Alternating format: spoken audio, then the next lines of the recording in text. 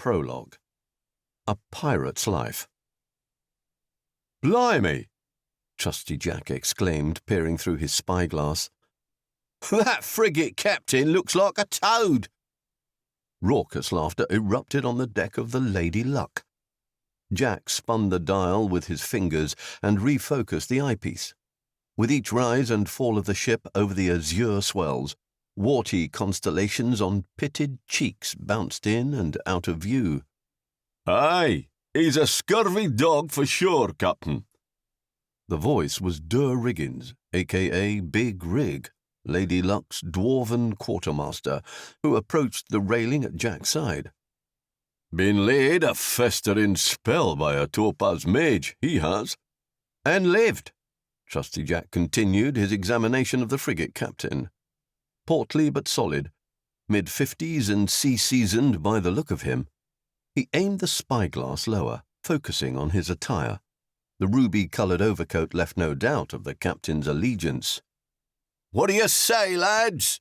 Jack barked, the potential prize whetting his appetite. "Shall we gut this ship and leave the nobles thirsty?" Cheers and the stomping of boots rose from the ragtag crew of humans, dwarves and half-orcs. Their riotous response drowned out the crashing of swells into Lady Luck's bow as they tacked southeast, bearing down on the frigate. "Give 'em a taste of what it's like for common folk in the Isles," Big Rig said, voice as deep as a dwarven mine.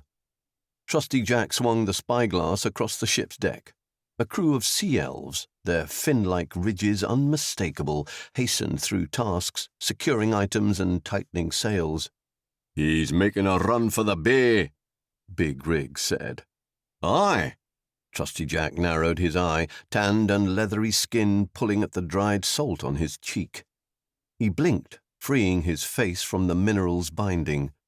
Well-seasoned crow's feet settled into familiar crevices from 30-odd years of prioritizing laughter and freedom. By a curse of fate, he'd spent 8 of those years behind bars lacking the very liberties he treasured. Jack continued his sweep to aft. He kept the eyepiece steady as the frigate came about, reading the words that crossed the scratched lens. "Mary Madeline. Now there's a fancy name." "Full of gold and rum she'll be," Big Rig said. With a slap of his palm, Lady Luck's captain shut the spyglass and eyed the quartermaster. The dwarf's bushy eyebrows rose, crinkling the onyx skin on his forehead.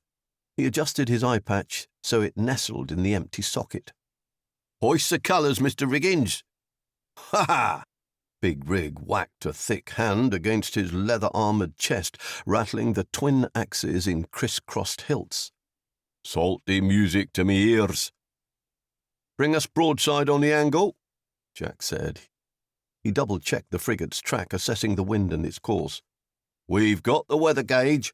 They'll not make it to harbour before we intercept." "'Tis no easy picking, Jack." Big Rig was right about that. It wasn't that Lady Luck couldn't hold her own against a frigate. The sloop had taken down many a ship bigger and broader, and had earned her captain a respectable reputation in the jewelled sea. Respectable for a pirate, that is.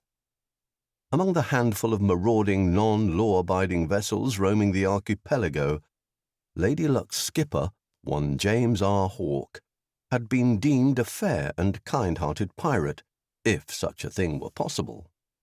What worried Jack wasn't maneuverability or the courage of his crew. Lady Luck was faster than most ships in her class, and his sailors were devoted and brave under pressure. This was about something else. Magic.